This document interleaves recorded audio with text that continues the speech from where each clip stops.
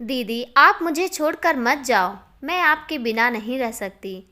ये कहानी है वीणा और रिया की, दो बहनें जिनमें लगभग 3 साल का ही उम्र का फर्क था।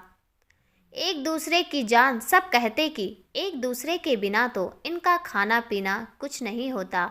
सरला और सुरेश की दो आंखों के तारे। उतनी यातनाएं सास से सुनने के बाद भी सरला ने लड़के के लिए और प्रयास नहीं किए। वो अपनी दोनों बच्चियों से खुश थे। इतना अमीरी में डूबा परिवार तो नहीं था और किसी चीज़ की कमी भी नहीं थी। सरला की सास अभी जीवित थी। ससुर का पिछले साल हृदयघात में परलोक पलायन हो चुका था। सास थोड़े कट्टर स्वभाव की थी, जिसका सरला के स्वभाव पर कोई दुष्प्रभाव नहीं पड़ता था। वो हमेशा उनकी हाँ में हाँ मिलाती। सरला को लगता कि बाबूजी के जाने के बाद माँ अकेली हो गई हैं। अब ऐसे में हम ही उनके स्वभाव के भावनाओं की कद्र नहीं कर सकते। जो क्या हुआ, कुछ कह दिया हम उनके बच्चे। पर सास के मुंह से यही सुनने को मिलता, कलमुही है, एक पोता नहीं जना, मेरे वंश का नाश हो गया। ये दो छोरियां ससुराल चली जाएंगी तो कोई तुम्हें पानी पिलाने वाला नहीं होगा। हाँ, मन में टीस करते थे ये शब्द, पर वो हंस के टाल देती थी। धीरे धीरे बेटियां यौवन की दहलीज की ओर कदम रख रही थी। सरला और सुरेश के संस्कार उनमें कूट कूट कर भरे थे। एक दूसरे के लिए अपार प्रेम, जो हर परिस्थिति में एक दूजे के लिए मदद को तैयार थे। अरे सरला, कुछ तैयारी करी है या नहीं? मेरी बेटी अपने बेटे के साथ आ रही है। जी अम्मा, सब हो गई। जीजी के पसंद का गाजर का हलवा बन गया, सब्जी तैयार है। जब आएंगे गर्म गर्म पूरियां उतार दूंगी। और मेरे लाल के लिए, उसे राजभोग पसंद है, सुरेश से कह दिया ना, ले आएगा आते वक्त। जी अम्मा, कह दिया। सरला की ननद रेखा, जो उम्र में सरला से छोटी थी, पर माँ की कड़वी जुबान का असर अच्छे से उनके स्वभाव की व्याख्या करता था। उसका बेटा रोहित एक लौती संतान के नाम पर नानी वाड़ी में तांडव करता था। वो भी लगभग वाड़ी और रिया की हम उम्र का ही था, पर बचपना और लाड उसके स्वभाव के गुण थे। अक्सर सरला को ये ताना मिलता था, देख, मेरी बेटी ने कुल को रोशन किया और एक तू है कि मेरे बेटे को बेटे का सुख ना दिया। मन ही मन जी दुखता था सरला का, पर क्या कर सकती थी। अरे भाभी कहाँ हो? अरे जीजी आ गई, छोटी सी फिर भी मान बड़ों जैसा लेती। इस बार तो तुम्हारे आंगन में खुशियों के समाचार लाई हूँ। अरे जीजी, आप आई क्या? ये सबसे बड़ी खुशी नहीं, आओ बैठो, जल पियो। अरे भाभी, ऐसी खुशखबरी लाई हूँ कि पानी से काम ना चलेगा। अरे जीजी, गाजर का हलवा तैयार है और रोहित आपका राजभोग भी मामा जी पहले ही ला दिए थे। अरे रेखा, अब तो रुक कर ही जाना, तू 2 दिन से ज़्यादा रुकती ही नहीं। अरे माँ, क्या करूँ, घर पर कोई नहीं होता तो इन्हें खाने की समस्या हो जाती है, पर इस बार 5-6 दिन तो रहूँगी। पहले मेरी बात सुनो, अपनी वाड़ी और रिया के लिए शादी का एक अच्छा रिश्ता लाई हूँ। घर परिवार देखा हुआ है, मेरी जेठानी की जान पहचान का रिश्ता है। 2 बेटे हैं, हम उम्र ही हैं, दोनों एक ही घर में देवरानी जेठानी बनकर राज करेंगी। अच्छा कारोबार है, दोनों बेटे देखने में भी अच्छे हैं और मिलजुल कर अपने पिता का बिजनेस संभालते हैं। पर जीजी, एक ही घर में दोनों बहनें, क्या दोनों के बीच सामंजस्य हो पाएगा? बहन का रिश्ता अलग होता है, पर रिश्तों के नाम बदलते हैं तो रंग स्वभाव में भी चढ़ता है। अरे भाभी, दोनों बहनें हैं तो ससुराल में भी बहनें ही रहेंगी। आप क्यों उनके बीच ये रिश्तों के नाम ला रही हो? और आपको आपके संस्कारों पर भरोसा नहीं? सुनकर सरला खुश थी, पर एक चिंता जो खाए जा रही थी कि जब बहनें एक दूसरे की देवरानी और जेठानी के रूप में रूबरू होंगी तो ये बहनों का रिश्ता कहीं दब ना जाए, क्योंकि सास कभी माँ नहीं होती और सास बहुओं को एक होकर रहने ही नहीं देती। कोई ना कोई मन मुटाव पैदा हो ही जाता है। तभी वहाँ वाड़ी और रिया आ जाते हैं। माँ, मुझे नहीं करनी शादी, अभी मुझे पढ़ लिख कर नौकरी करनी है, आप दीदी की शादी करा दो। अरे ये देखो, नौकरी करेगी, वाड़ी की दादी ने कहा। भला ससुराल में घर का चूल्हा चौका करेगी या नौकरी? भला परिवार ढूंढी है तेरी बुआ, एक ही घर में जाओगी, साथ रहोगी, एक दूसरे का साथ देना। तभी रिया ने कहा, क्या हम दोनों की शादी एक ही घर में? ये तो बहुत अच्छा है, मैं और बाड़ी दोनों हमेशा साथ रहेंगे, हमें कोई अलग नहीं कर पाएगा। अरे ये मैं क्या सुन रहा हूँ, मेरी बेटियों को इस तरह घर से भगाने की योजनाएं बनाई जा रही हैं। सरला खामोश थी, पता था उसकी एक नहीं चलने वाली। जहाँ उसकी सास ननद मिल जाए वहाँ तो ये भी चुप्पी धारण कर लेते हैं। पर एक बात उसने तय कर ली थी कि कोई भी फैसला हो और सोच समझ कर ही होगा, ताकि कल को पछताना नहीं पड़े। यहाँ सकारात्मक बात ये थी कि दोनों बहनें एक साथ जाने के लिए खुश थी। तभी सुरेश ने कहा, मिल लेते हैं उनसे तो पता चले कैसे लोग हैं। सरला भी राजी थी, मिले बिना कोई निर्णय लेना बेकार है। कुछ समय बाद दोनों परिवारों का मिलन समय तय किया गया। मिलान स्थान सुरेश का घर ही तय हुआ। सारी तैयारियां जोरों पर थी। अरे सरला, दोनों बेटियों को ब्यूटी पार्लर भेज दे, थोड़ी सुंदर लगेंगी तो कम समय लगेगा उन्हें हामी भरने में। सरला ने वैसे ही किया। तरह तरह की मिठाइयों से घर महक रहा था। साफ सफाई भी अच्छे से करा दी गई थी। आज सुरेश जी ने छुट्टी ले ली थी। उन लोगों के आगमन का समय हो गया था। रेखा जी भी उन्हें साथ लेकर सम्मिलित थी। सुलेखा अपने दोनों बेटे और पति के साथ पधारी। बड़े ही विनम्रता से सरला और सुरेश ने उनका स्वागत किया। वाड़ी और रिया अपने कमरे में थी। सरला ने दोनों लड़कों को देखा। दोनों बहुत ही बढ़िया थे। दोनों ने उन्हें चरण स्पर्श किए तो वह खुश हो गई। आओ बेटा, ये हमारी सास है, दादी जी। उन्होंने दादी जी के भी चरण स्पर्श किए। अरे भाभी, वाड़ी और रिया को भी बुला लो। सभी को सम्मान के साथ बिठाया गया। थोड़ी देर में दोनों बेटियां भी आ गई। दोनों ने लाल रंग की साड़ी पहनी थी, बहुत ही सुंदर लग रही थी। जी, इनमें से बड़ी बिटिया कौन सी है? जी वाड़ी, ये है बड़ी बिटिया और ये है रिया, छोटी बेटी। और मेरे बेटे, बड़ा बेटा राघव और छोटा बेटा राहुल। अरे बहन जी, हमें आपकी दोनों बेटियां पसंद है। आप निश्चित रहिए, जैसे ये यहाँ है वैसे ही ससुराल में रहेंगी। इन्हें कभी किसी चीज़ की चिंता नहीं होगी। ये सुनकर सरला के दिल को राहत मिली। बस समय सीमा तय कर दी गई। मुहूर्त के हिसाब से तारीख निकल गई और दोनों बेटियों के विदाई की घड़ी आ गई। मेरा आंगन तो सूना हो जाएगा, मेरी दोनों बेटियां एक साथ विदा हो जाएंगी। सरला की आंखों से छलकते आंसू सुरेश जी के कंधे भिगो रहे थे। अब ये घड़ी तो आनी ही थी। तुम तो खुश हो जाओ, हमारी बेटियां हमेशा साथ रहेंगी।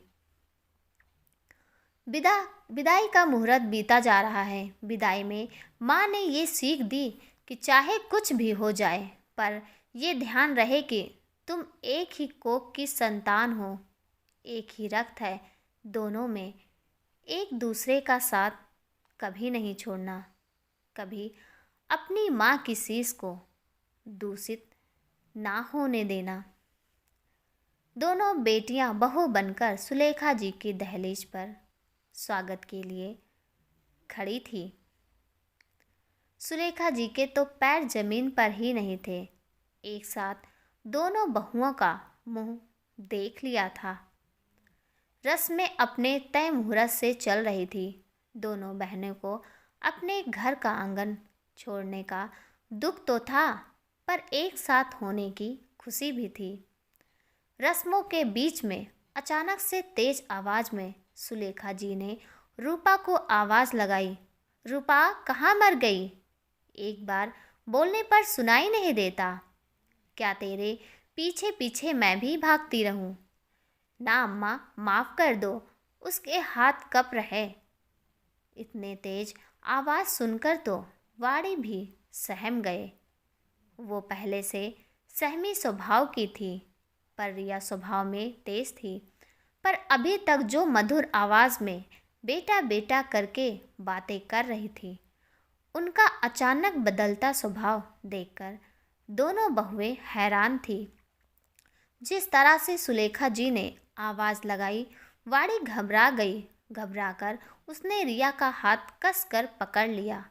तभी फुसफुसाहट में रिया ने कहा, दीदी, ये सास है, माँ नहीं। और फिल्मों में नहीं देखा, सास ऐसी ही होती हैं। अपनी दादी को नहीं देखा, वो भी तो माँ की सास हैं। कितना चिल्लाती हैं, उन पर डरो मत। जब भी रिया वाड़ी को हिम्मत बंधाती थी तो वाड़ी सामान्य हो जाती थी। अरे रूपा, जा पूजा का थाल लेकर आ। मोहल्ले की औरतें मुंह दिखाई को आती होंगी। तुम देखो, दोनों बहुओं बार बार ना कहूँगी। जो भी मुंह दिखाई करे पाँव छू लेना, नजरें नीची रखना। और ना जाने कितनी हिदायतों के साथ मुंह दिखाई की रस्में शुरू हुई। दिन बीत रहा, रात आई तो शरीर को थोड़ा आराम मिला। चलो दीदी, अब तो कम से कम अपने कमरे में आराम कर सकेंगे। सुन रिया, जब मम्मी जी अपने यहाँ आई तो कितना प्यार से सर पर हाथ फेरा था। माँ पापा से भी वादा किया कि आप चिंता ना करो, अपने बेटी की तरह रखूँगी। पर आज का उनका अंदाज देखकर तो मैं डर ही गई। अरे दीदी, ये तो ट्रेलर है, पिक्चर अभी बाकी है। तू बड़ी बेबाक है, तुझे बड़ा पता है। सास बहू, अरे दीदी, सीरियल नहीं देखती क्या? किसी सीरियल में कोई सास कभी माँ जैसी होती? बेचारी डरी सहमी बहू बस हाँ माँ जी, हाँ माँ जी करती रहती हैं। आप चिंता ना करो, अब पूरी ज़िंदगी यहीं रहना है तो चिंता क्या करना। बस माँ से कुछ मत कहना, वो उदास हो जाएंगी। ठीक है, वैसे भी तू है ना मेरी माँ, अभी तक तू ही तो नसीहत देती आई है। वक्त बीत रहा था और दोनों बहनें अपनी समझदारी से एक दूसरे का साथ दे रही थी। आज मौसी जी आ रही हैं, तुम्हारी बड़े ही लाड प्यार से उन्होंने इन दोनों बेटों को पाला। जब ये छोटे थे तो ज़्यादातर वहीं रहते थे। उनकी आओ भगत में कोई कमी ना रखना। तबीयत के चलते वो तुम लोगों की शादी में भी नहीं आई थी। जी मम्मी जी, ये कहकर दोनों अपने कामों में लग गई। मौसी जी की पसंद को ध्यान में रखते हुए सारे खाने की पूर्ति की गई। आओ जीजी आओ। जब मौसी जी आई तो दोनों बहुएं ने कहे अनुसार पाँव छुए। आशीर्वाद के साथ मौसी जी ने दोनों को शगुन दिया। अरे राघव और राहुल, अब जिम्मेदारी लेना सीख लो। अब आप बेटे से पति बन गए हो। बातें होने के बाद बहुओं के द्वारा बनाए खाने की तारीफ मिली। बड़े ही मीठे बोल हैं मौसी जी के। देख रिया, ये भी बेटा बेटा बोल रही है, क्या ये भी बाद में रंग दिखाएगी? ये सुनकर रिया को हंसी आ गई। दोनों बहनें, जी मैं बात कर रही हूँ सुलेखा जी, मैं और उनकी बहन एक दूसरे से बहुत करीब हैं। ज़्यादातर अपने परिवार में एक दूसरे की सलाह ज़रूर लेती हैं। अरे सुलेखा, मैंने सुना तो दोनों बहनों को एक ही घर से ले आई। पता है ना, शादी के बाद सास का रुतबा बस यहीं ही ख़त्म हो जाता है। और तू अपने लिए दोनों सगी बहनें ले आई। एक बार जो उनकी चल पड़ी तो रहना एक कोने में वैसे भी दोनों बहनें हैं, कल को कुछ ऊंच नीच हुई तो। दोनों बहनें एक पल्ले में और तू साथ एक पल्ले में। तेरी तो कोई बेटी भी नहीं, तेरा साथ देने चली आए। ये बात सुनने को तो कान सुन रहे थे, पर असर दिल को किसी कोने में हो रहा था। अक्सर परिवारों में यही होता है, जहाँ अपना खुद का घर बर्बाद करने के लिए बाहर की सलाह ली जाती है। यहाँ भी कुछ ऐसा ही था। जी, मैंने तो ऐसा इस तरह से सोचा ही नहीं। मैं तो सोच रही थी दो बहनें प्यार से रहेंगी, देवरानी जेठानी की तरह। कम से कम झगड़ा तो नहीं होगा। और आप सही कह रही हैं, कहीं दोनों बहनों ने मिलकर मेरा पत्ता ही ना कट कर दिया तो। जहर तो घुल ही गया था, बस अब असर दिखना बाकी था। सुलेखा जी जुबान की कड़वी थी, ये तो बात सिद्ध हो गई थी, पर मन पर किसी और की बातों का पर्दा डाल लेंगी ये पता ना था। अब हर एक बात जो उन्हें अच्छी लगती थी दोनों बहुओं की, अचानक उसमें खोट दिखने लगा। अपनी बहन की बातों में आकर अपने घर की सुख शांत की कीमत लगा ली थी। सुलेखा जी ने, अरे जीजी ने कहा था ये रिया तो बहुत तेज है, पर बड़ी तो सीधी सी है, इसे ही अपने पल्ले में रखती हूँ। जाने किस जिद को हंसते खेलते घर की नींव हिलाने के लिए सुलेखा तैयार थी। अरे राहुल, तुम बोल रहे थे ना कि तुम्हें कहीं जाना है घूमने। वो कहाँ का नाम लिया था तुमने? हाँ माँ, गोवा जाना था। तो ठीक है ना, तुम चारों एक साथ चले जाओ, एक साथ घूमना भी हो जाएगा और मस्ती भी। ये सुनकर रिया और बाड़ी खुश हो गई। वैसे भी दोनों को हर जगह साथ रहने में मज़ा आता है। कुछ ऐसा ही स्वभाव राघव और राहुल का था। ठीक है माँ, मैं चारों की कल शाम की टिकट करा लेता हूँ। ठीक है। रसोई में जब रिया और बाड़ी रात के खाने की तैयारी कर रहे थे तो अचानक रिया ने कहा, दीदी ये रोटियां मैं बना लेती हूँ, आप ये सब्जी बना लो ना, मैं फिर जल्दी से पैकिंग कर लूँगी, फिर आपकी मदद भी कर लूँगी। बाहर चौके के कान लगाए सुलेखा जी सब विवरण देख रही थी। रिया थी भी चुलबुली, हमेशा की तरह अपनी बहन पर काम छोड़ जाया करती थी। वाड़ी हमेशा शिकायत करती थी माँ से, देखो ना माँ ये अपने हिस्से का काम भी नहीं करती। अरे कर देना बिटिया, तेरी छोटी बहन है। पर यहाँ माँ की तरह बातों को नज़रअंदाज करने वाला कोई ना था। पीछे से आई आवाज़, किसी को इतना भी अपने सीधे स्वभाव का फ़ायदा मत उठाने दो कि अपने हक का भी बोलना भूल जाओ। जाओ, ठीक है, तुम बहनें हो, वरना अलग अलग घर की होती तो अब तक मुंह फूलना शुरू हो जाता। वाड़ी ने सुलेखा की किसी बात का जवाब नहीं दिया, पर ये वो अंकुर थे जो अभी खाली ज़मीन में बोए जा रहे थे। पर वो ये भूल गई थी कि ये बगिया तो उसकी ही थी, उसी में फूल भी खिल सकते हैं, तो कांटे की क्या ज़रूरत है।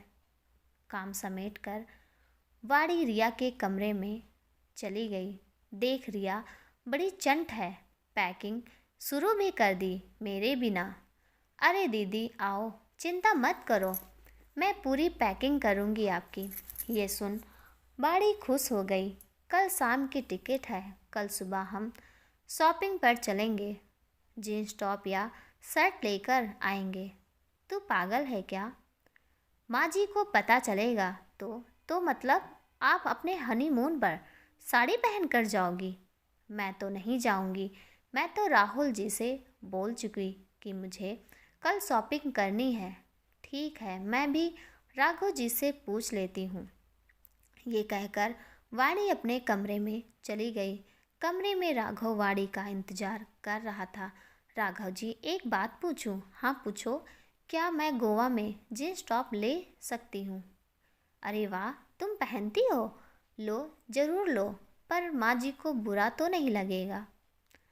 अब हमारे हनीमून में माँ कहाँ से आ गई? जो तुम्हें पहनना है वो पहनो।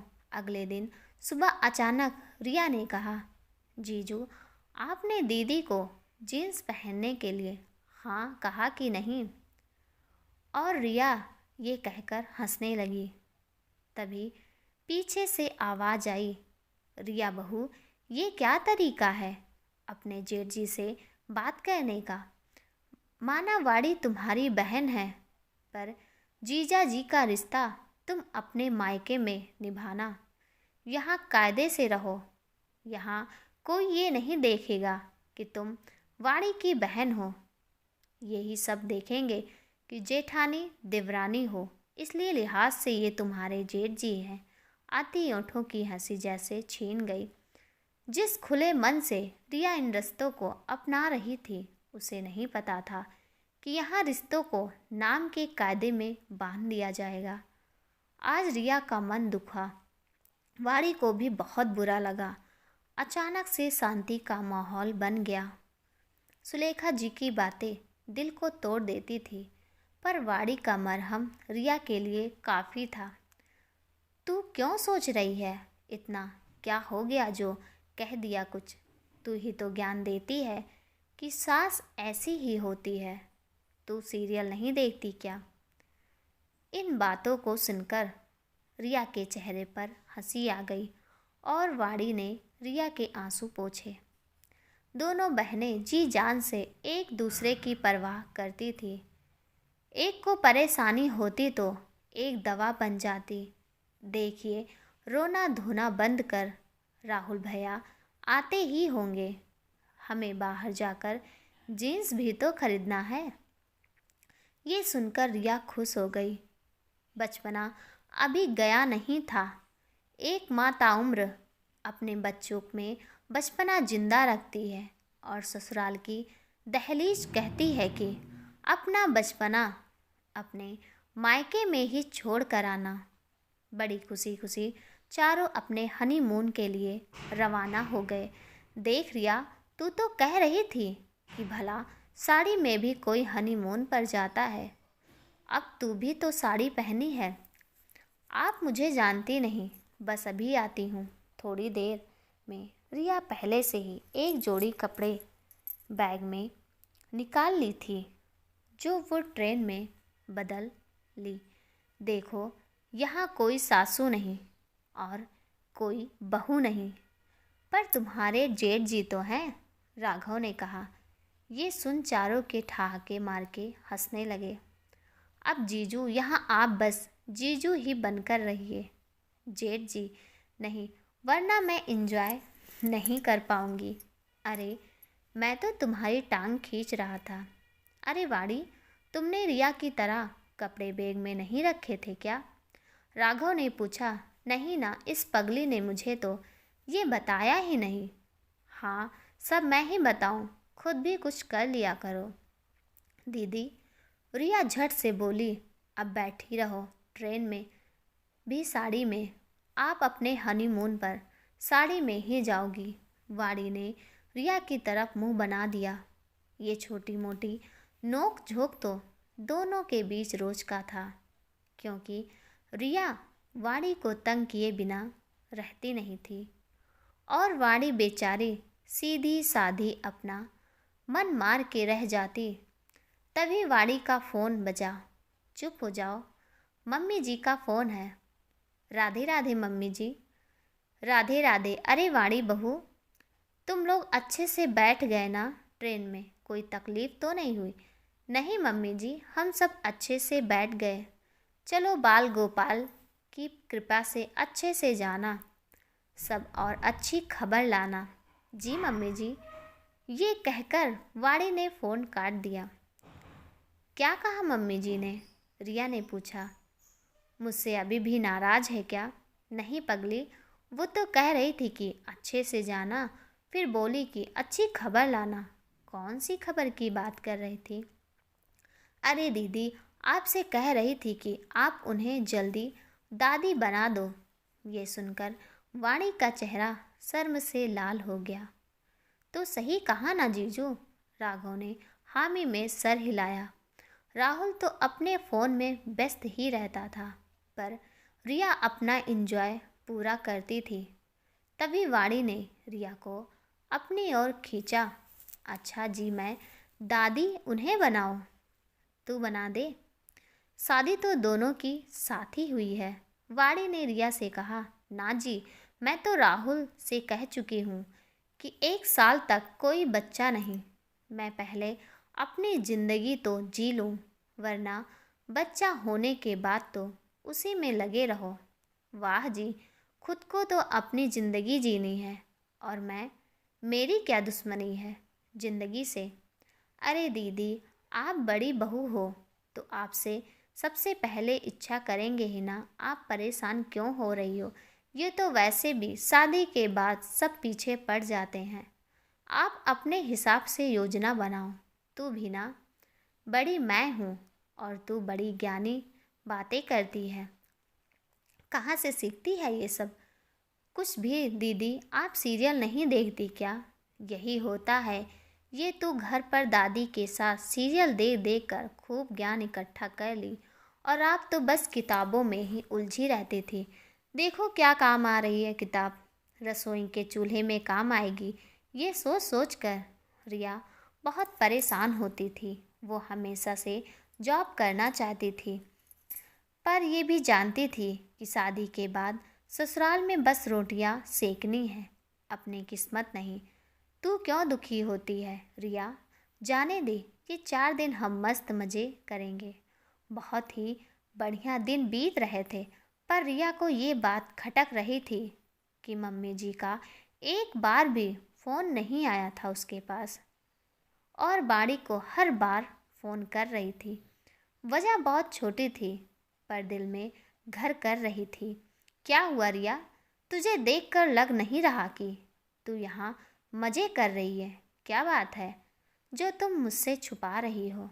दीदी, ऐसा कुछ नहीं है, बस छोटी छोटी बातें कभी दिल के कोने में जीवित रह जाती है। अब देखो ना, मम्मी जी ने एक बार भी मुझे आगे होकर फ़ोन नहीं किया, पर वो आपको लगातार फ़ोन कर रही हैं। मुझे ऐसा क्यों लगता है कि वो आप में और मुझ में अंतर कर रही हैं?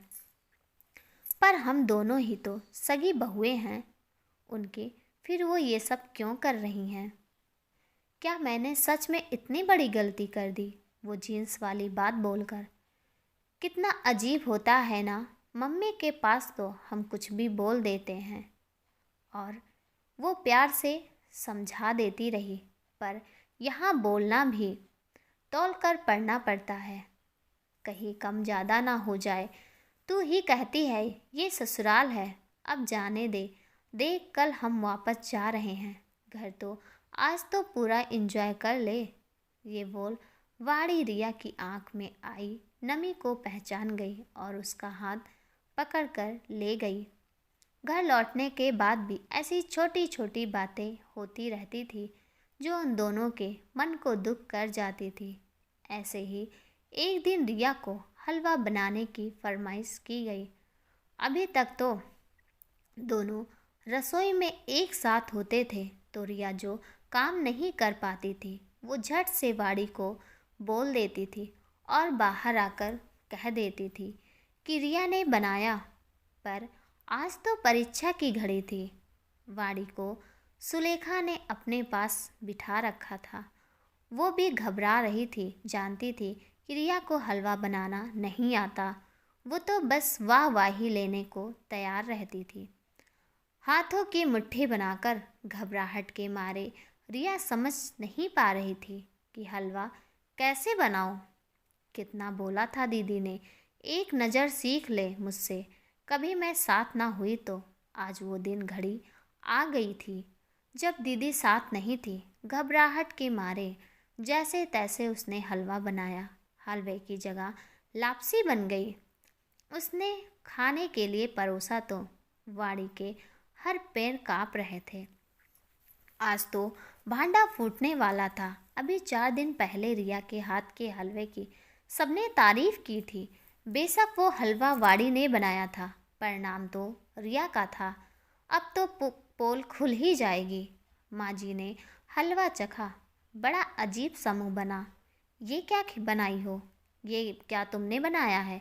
तबीयत तो ठीक है। अभी पिछले बार तो मैं उंगली चाट चाट के खा रही थी, और आज ये हलवा तो कोई खा ही नहीं सकता। कच्चा आटा स्वाद बढ़ा रहा है।